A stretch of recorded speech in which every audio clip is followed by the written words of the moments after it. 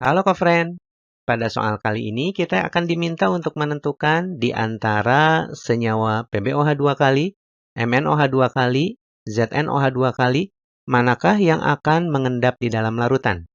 Oke, kenapa bisa mengendap? Karena untuk awalan kita diberikan sebuah larutan yang di dalamnya terdapat PbNO3 2 kali, MnNO3 2 kali, dan ZnNO3 2 kali. Yang ini konsentrasinya 0,01 molar. Kemudian ke dalamnya ditambahkan NaOH padat sehingga akan menimbulkan reaksi. Kita juga diberikan serangkaian data KSP yang nantinya akan kita gunakan untuk menentukan apakah zat-zat yang tadi disebutkan di awal berupa basa itu ya, PbOH2 kali dan seterusnya itu mengendap atau tidak. Oke, Kofren, kita tuliskan data yang diketahuinya sekaligus analisis apa yang terjadi di dalam larutan. Kita mulai dari PbNO3 2 kali, yang akan terurai membentuk Pb2 plus dan 2NO3 min. Diketahui konsentrasi PbNO3 2 kalinya, yaitu 0,01 molar, kita tuliskan sebagai berikut. Ya. Kemudian kita tentukan konsentrasi dari Pb2 plusnya.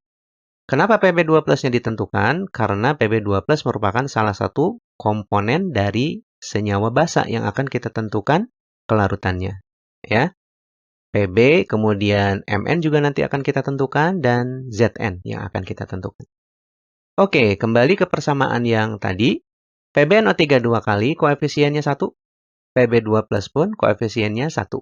Ya, sehingga dapat dipastikan konsentrasi keduanya sama-sama 10 pangkat min 2 molar. Berikutnya, untuk MnNO3 2 kali, kita uraikan sama. Ya. Kemudian kita tuliskan juga konsentrasinya 10 pangkat min 2 molar. Koefisiennya juga masih sama-sama 1. Konsentrasinya pun lagi-lagi sama 10 pangkat min 2 molar. Terakhir, ZnNO3 2 kali terurai menjadi Zn2 plus ditambah 2NO3 min. Konsentrasinya 10 pangkat min 2 molar. Koefisiennya pun sekali lagi sama, 1 dan 1. Sehingga konsentrasinya 10 pangkat min 2 molar juga. Berarti sama ya tiga-tiganya ya. 10 pangkat min 2, 10 pangkat min 2, dan 10 pangkat min 2 molar. Baik, Polen, kita lanjutkan ke data berikutnya. Katanya setelah ditambahkan NaOH, larutan akan mempunyai pH sama dengan 8. Oke, kita tuliskan pH sama dengan 8. pH 8 itu berarti basa, sehingga pOH-nya pun bisa kita tentukan dengan rumus 14 dikurangi pH. Ya, 14 dikurangi 8 sama dengan 6 ya. Konsentrasi OH-nya ya tinggal 10 pangkat min 6 molar. Oke?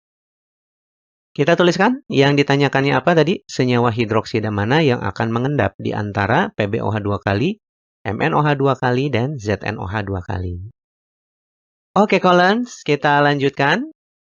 Sebelum kita menentukan yang mana yang mengendap dan yang mana yang tidak, kita harus tahu terlebih dahulu syarat terbentuknya endapan.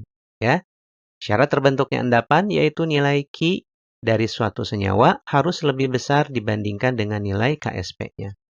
Yang diketahui tadi kita tuliskan, ya, Pb2+, Mn2+, dan Zn2+, konsentrasinya 10 pangkat min 2 molar. Ini L2+ adalah perwakilan, ya, perwakilan dari ion-ion logam. Kenapa perwakilan? Nanti kita bahas. OH- pun tadi sudah kita dapatkan nilainya 10 pangkat min 6 molar. Baik, selanjutnya. Karena PbOH2 kali, MnOH2 kali, dan ZnOH2 kali, ini sama-sama memiliki ion sama dengan 3 jumlahnya. Ya, kita lihat di sini. Pb-nya 1, OH-nya 2, Mn-nya 1, OH-nya 2, Zn-nya 1, OH-nya 2. Berarti mereka mempunyai ion yang sama jumlahnya, yaitu sama dengan 3. Kalau jumlah ionnya sama, dan data-data konsentrasi logam sebagai kation, dan OH- sebagai anion juga sama, maka nanti dapat dipastikan nilai Ki dari ketiga senyawa itu akan sama. Ya, oke, Kofren, bisa difahami ya? Sekali lagi, karena konsentrasi kationnya sama, antara Pb2+, Mn2+, dan Zn2+, konsentrasi OH-nya juga sebagai anion sama, maka nilai Ki-nya pasti akan sama. Sekali lagi, ini berlaku kalau jumlah ionnya sama. Baik, oleh karena itu kita hanya mewakilkan dengan simbol LOH 2 kali sebagai pengganti dari PbOH 2 kali, MnOH 2 kali, dan ZnOH 2 kali. LOH 2 kali akan terurai menjadi L2 plus ditambah 2 OH-. Kemudian nilai Ki dapat ditentukan dari hasil kali konsentrasi ion-ionnya, yaitu ion L2 plus dikalikan ion OH- pangkat 2. Ya, di atas ion L2 plusnya, yang ini, sudah kita tuliskan sebagai 10 pangkat min 2 molar, kita masukkan ke dalam persamaan. Ya, kemudian OH-nya juga sudah kita masukkan ke dalam persamaan. 10 pangkat min 6 dikuadratkan itu 10 pangkat min 12 dikalikan 10 pangkat min 2 sehingga kita punya nilai akhir Ki untuk ketiga larutan sama dengan 10 pangkat min 14. Oke, co-friend, untuk menentukan mana yang mengendap, ingat syaratnya tadi, endapan akan terbentuk kalau nilai Ki lebih besar dibandingkan nilai KSP. Yuk, kita bandingkan sama-sama mulai dari PbOH 2 kali. Ki-nya 10 pangkat min 14, sementara KSP PbOH 2 kali ada di angka 10 pangkat min 16. Jelas, Ki-nya lebih besar dibandingkan KSP ya, sehingga kesimpulannya PbOH 2 kali nanti akan mengendap. Selanjutnya, untuk MnOH 2 kali, hati-hati di sini sama-sama pangkatnya 10 pangkat min 14. Tapi nilai Ki di depan sini angkanya adalah 1. Sedangkan untuk MnOH 2 kali di depan angkanya 4,5. 4,5 lebih besar dibandingkan 1. Oke? Sehingga nilai Ki-nya sekarang lebih rendah dibandingkan dengan KSP-nya. Apa kesimpulannya? Kalau Ki lebih kecil dari KSP, maka dia tidak akan mengendap. Oke, selanjutnya untuk ZnOH 2 kali. Yang terakhir di sini, nilai KSP-nya ada di angka 10 pangkat min 17. Ya, padahal Ki-nya tadi ada di angka 10 pangkat min 14.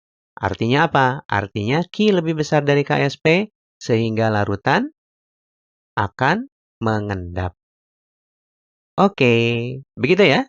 Jadi semua soal di sini sudah kita bahas, senyawanya sudah kita tentukan, mana yang mengendap, mana yang tidak. Jawabannya adalah PbOH 2 kali akan mengendap, ZnOH 2 kali akan mengendap. Sehingga kita pilih opsi jawaban yang C. Oke, co-friend. Demikian untuk jawabannya. Sampai jumpa di soal selanjutnya.